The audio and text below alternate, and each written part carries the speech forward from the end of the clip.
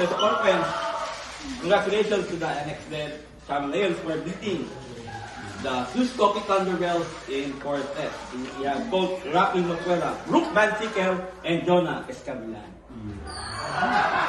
Coach, congratulations for this victory. So ano man sa inyo sa... Eto kasi ngayon, galing kayo sa 4-match losing streak and ito, nanalo na kayo. So ano yung naging sinabi sa inyo ni Coach Ettore para makabalik kayo sa winning column? Well, thank you, no, na-break na namin yung 3 or 4 losing streak namin for previous games namin. So, pinagandaan talaga namin itong game na to para at least tumaas yung moral namin or incoming game, lalo na yung number 1 spot na yung PLDT. So, again, preparation namin still nandun pa na naman.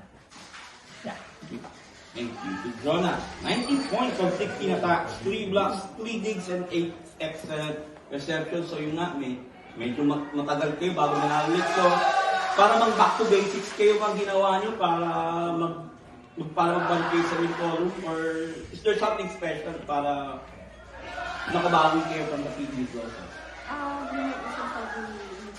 Like yung preparation and yung mindset and all, siguro yung composure ng bawat isa talaga yung kailangan talaga. Kasi syempre hindi madali na itaas ulit yung moral ng bawat isa kasi 4 na natalo na nga. So yun, tiyaga lang din talaga sa bawat isa and trying to connect sa mga teammates namin. And lastly, 40 points on 15 attacks, 3 aces, 2 blocks, 12 receptions, and 10 digs. So, I become a point na meron frustrations, especially with that 4-match losing streak, or you just stay positive so you can go on.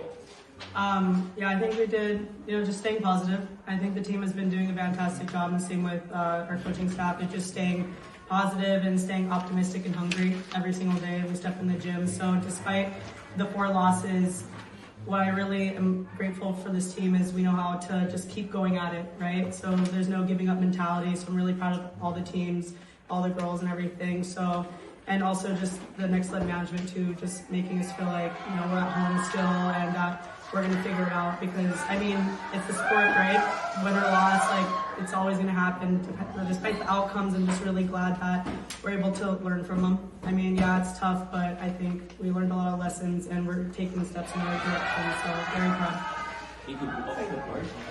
Coach, sa inyo paano nyo lang po siguro nire-regroup yung team kasi yung first set hindi rin nakuha kanina? Well, slow start, no? But still, na-remind pa rin namin yung bawat isa and then, of course, medyo nagkaroon ng si coach. Siguro doon na nabuhay, doon na kami nabuhay. Yung mga bata, yung mga players, doon na nabuhay. Kung ano ba yung mga game plan, ano yung game plan namin. Kasi hindi nasunod ng first set. So, yun. Kasi, okay na sila.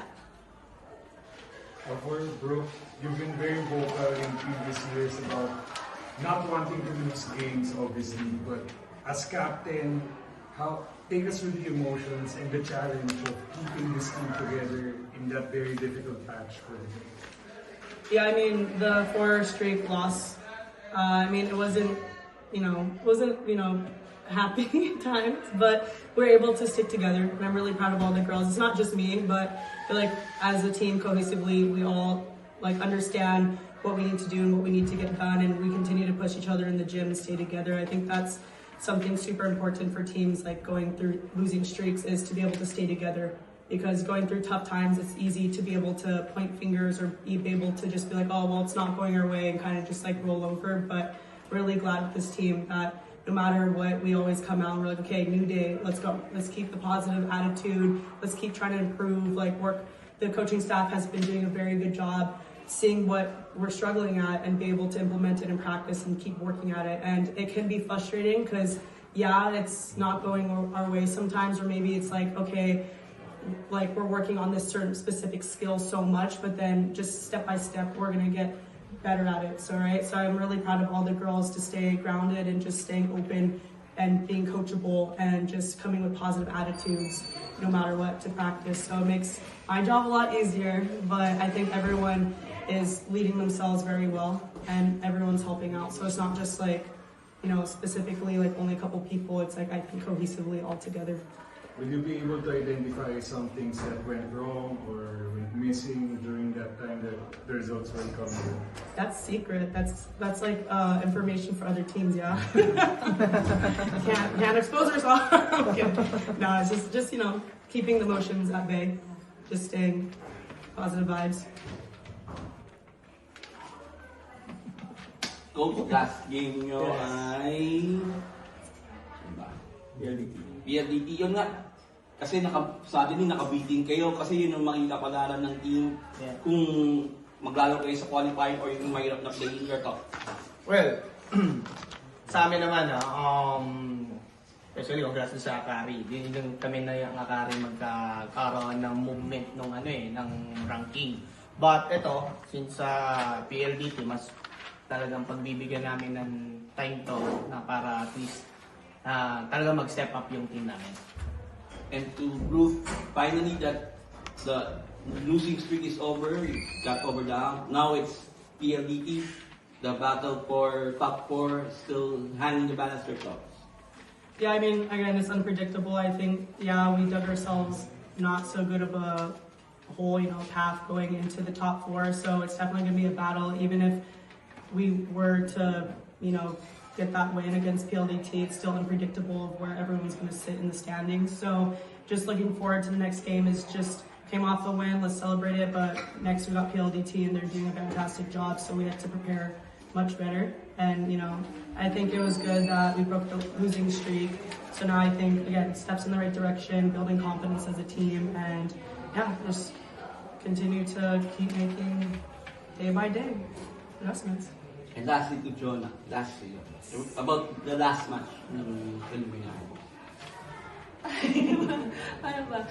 Syempre, depende kasi sa preparation din namin na coaches.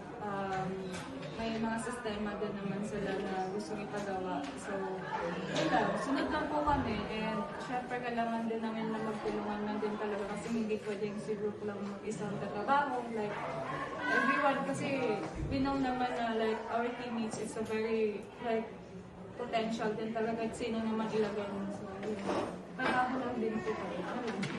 Congratulations, Coach Rafi, Group, and Jonah. Stay healthy, guys, and happy playing. Thank you po!